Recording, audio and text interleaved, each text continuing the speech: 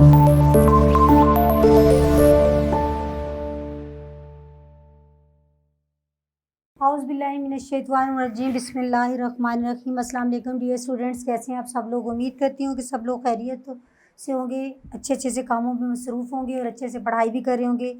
तो dear students, आज class अष्टम का हम लोग कर रहे हैं।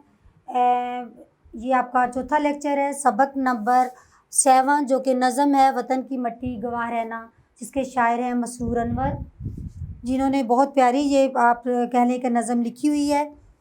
इस लेक्चर में हम आपकी मश्क का हिस्सा ग्रामर करेंगे, जिसका पेज नंबर है आपका 44, सफ़ा नंबर है 44। डियर स्टूडेंट्स, आप उम्मीद करती हूँ कि आपने पहले इस नज़म के पहले 2 लेक्चर से मुस्तफ़ीद हुए होंगे, फुल फ़ायदा उठाया होगा। अब हिस्सा ग्रामर वाला है, तो आप अपनी कॉपी पेन सामने रखें और इसमें आप देखें कि ज़रबुल इमसाल, पहले आपको बता दें ज़रबुल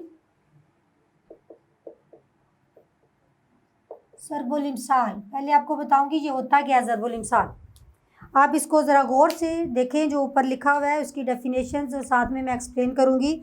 जब कोई वाक़या बार बार तजर्बे और मुशाहिदे में आए, यानी वाक़या होता है कि कोई काम ऐसा या वाक़या जो बार बार तजर्बे और मुशाहिदे में आए, यानी ज़िंदगी में कई दफ़ा वो सामने आए, तो उन तजर्बात और मुशाहिदात का निचोड़ पेश करने के लिए चंद अल्फाज या जुमले इस्तेमाल किए जाते हैं। यानी वो वाक़या पूरा बयान नहीं किया जाता, उस वाक़े को चंद अल्फाज में महफूज कर लिया जाता है, जो आप कह लें कि नस्ल दर नस्ल या वो उसके अदब का हिस्सा बन जाता है, कि आप उस पूरे वाक़े को जो बार बार आपकी ज़िंदगी में रूनुमा होते हैं, कि वो ऐसे वाक़यात होते हैं कि ज़िंदगी के किसी लम्हे किसी भी वक़्त रूनुमा होते हैं, तो आप पूरा वाक़या किसी को बयान करने की बजाय उनको चंद अल्फाज में बयान कर देते हैं, तो वो ज़रबुल इमसाल होती हैं।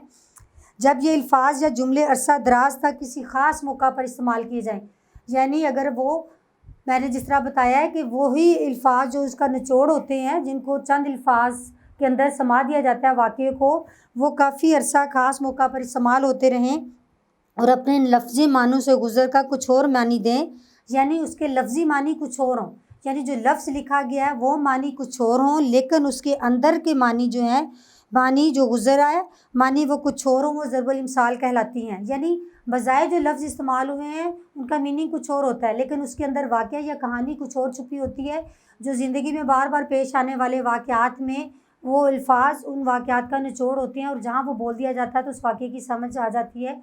ज़रबुल मिसल के एक जुमले में पूरी बात या पूरा वाक़या छुपा हुआ होता है।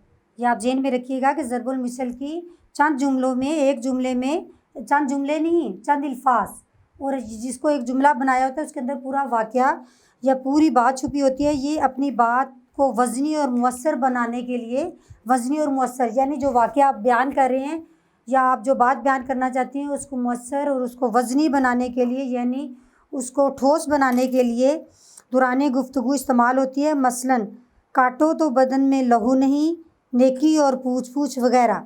अब देखो, काटो तो बदन में लहू नहीं, ये अल्फाज के लिहाज से तो ये मतलब इनके मीनिंग कुछ और है, लेकिन वाक़ये के हिसाब से कुछ और हैं, नेकी और पूछ पूछ वगैरह। अब सवाल नंबर 7 आप देखें, सवाल नंबर 7 हम लोग करेंगे इसका ग्रामर में। सवाल नंबर 7 है, इन ज़रबुल इमसाल का मफ़हूम लिखिए। इन ज़रबुल इमसाल का मफ़हूम लिखिए। तो डियर स्टूडेंट्स, आपको बता दूं मफ़हूम लिखने का मकसद क्या है। जब मफ़हूम आपको पता चल जाएगा तो आपको ज़रबुल मिसल का भी समझ आ जाएगी कि ये किस वाक़े किस बात के नतीजे में हम लोग बोल सकते हैं। जैसे पहला है बिल्ली के भागों, पहला ज़रबुल मिसल है बिल्ली के भागों, इधर हम लोग लिखते हैं ज़रबुल मिसल और इधर हम लोग लिख देते हैं मफ़हूम। ज़रबुल मिसल है नंबर 1, बिल्ली के भागों छींका टूटा। बिल्ली के भागों, हाँ जी, बिल्ली के भागों छींका टूटा। किसी कीमती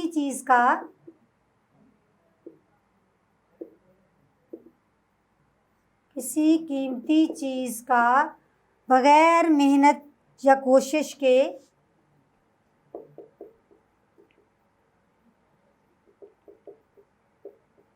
बगैर मेहनत या कोशिश के हाथ आ जाना, बगैर मेहनत या कोशिश के इत्तफाकिया हाथ आ जाना, ये इसका मफहूम है। ठीक हो गया। यानी बिल्ली के भागो छींका टूटा, किसी चीज़ को आप कोशिश के बगैर इत्तफाकन हासिल कर लेते हैं, ये इसका मफहूम है। सोत ना कपास जुलाहे से लट्ठम लट्ठा, सोत ना कपास जुलाहे से लट्ठम लट्ठा, ख्वाम ख्वा का झगड़ा, ख्वा का झगड़ा, ये इसका मफहूम ले लें। या आप ले लें बेबुनियाद बात पर झगड़ना, बेबुनियाद बात पर झगड़ना। सोत ना कपास जुलाहे से लट्ठम लट्ठा, ख्वाम ख्वा का झगड़ा या बेबुनियाद बात पर लड़ना। तीसरा आप देखें, तीसरा है हमारे पास नाच न जाने आंगन टेढ़ा, नाच ना जाने आंगन टेढ़ा।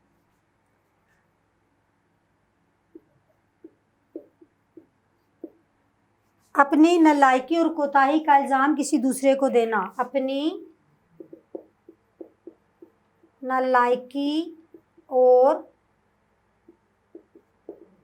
कोताही का इल्ज़ाम दूसरों को देना।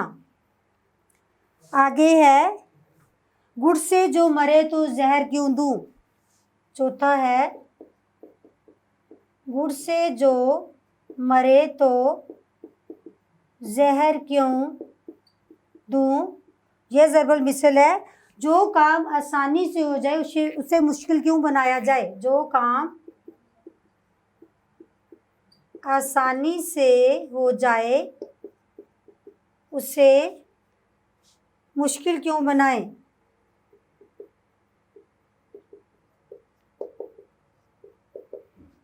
पांचवा है हमारे पास उल्टे बांस बरेली को, उल्टे बांस बरेली को, उल्टे बांस बरेली को होता है उल्टा काम करना,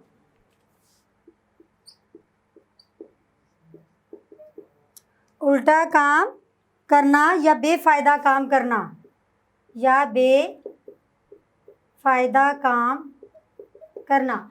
डियर स्टूडेंट्स, आपको इन ज़रबुल मिसाल के मफ़हूम की समझ आ गई होगी, उम्मीद करती हूँ। देखिए, जब हमने मफ़हूम बताया तो आपको ज़रबुल मिसल की समझ आ गई कि इसको हमने किस मौका माल या किस वाक़े या किस बात के नतीजे में हमने इसको बयान करना है। आगे देखें, सवाल नंबर 8 है।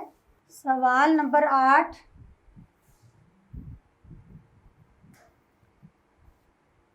सरगर्मी नंबर 7, जो हमने 7 की थी सरगर्मी,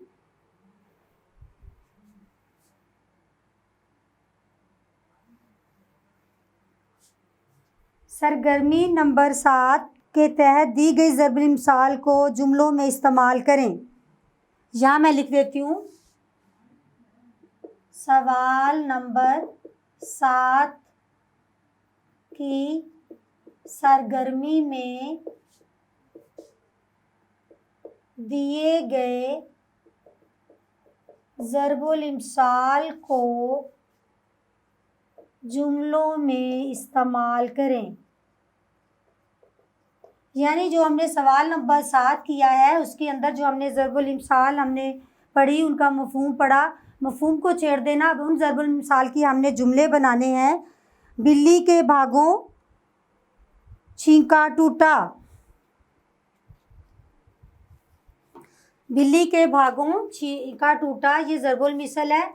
ये हमारे पास जुमले हो गए। अली के बग़ैर कोशिश, अली के बग़ैर मेहनत व कोशिश के ऐसे हालात बदले जैसे बिल्ली के भागों छींका टूटा। ये देखिए आपको समझ आ गई किस मौका माल पे सोत ना कपास जुलाहे से लट्ठम लट्ठा।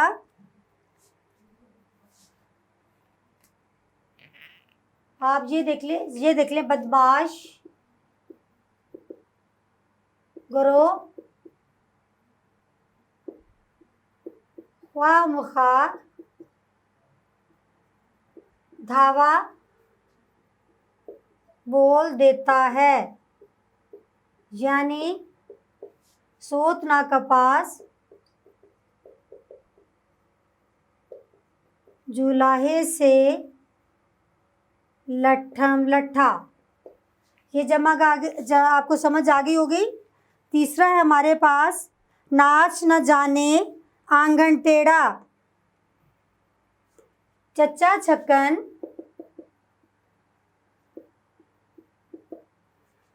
छक्कन दूसरों को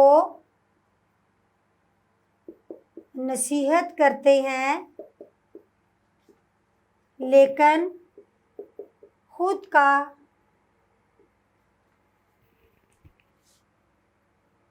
का काम ऐसे जैसे नाच न जाने आंगन टेढ़ा।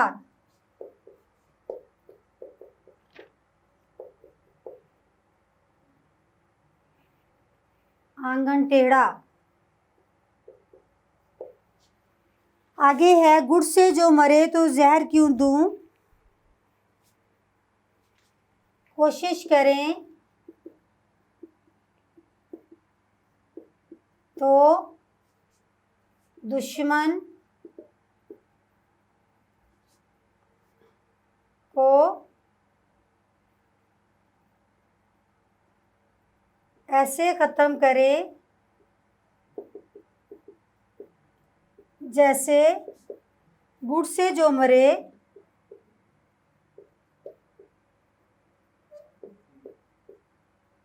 जहर क्यों दूं। कोशिश करें कि दुश्मन को ऐसे ख़त्म करें जैसे गुड़ से जो मरे तो जहर क्यों दूं। उल्टे बांस बरेली को अमेरिका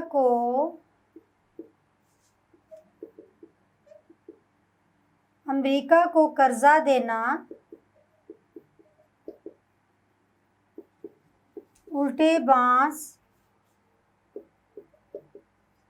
बरेली को के बराबर है। या आप कह लें, अब देखें कि सऊदी अरब को तेल देना उल्टे बांस बरेली को उसके बराबर है। तो डियर स्टूडेंट्स, उम्मीद करती हूँ आप देखें सवाल नंबर 9 है आपकी इस मश्क का कि इस नज़म का मरकज़ी ख्याल तहरीर करें। यह आपकी इसी सबक के लेक्चर नंबर जो 1 है उसमें मरकज़ी ख्याल आपको दे दिया गया है, तो आप उससे मुस्तफ़ीद हो सकते हैं। सवाल नंबर 10 है, नज़म सुनकर पाकिस्तान के खूबसूरत नज़ारों से मुतल्लिक़ अपने जज्बातों एहसासात का इज़हार करें।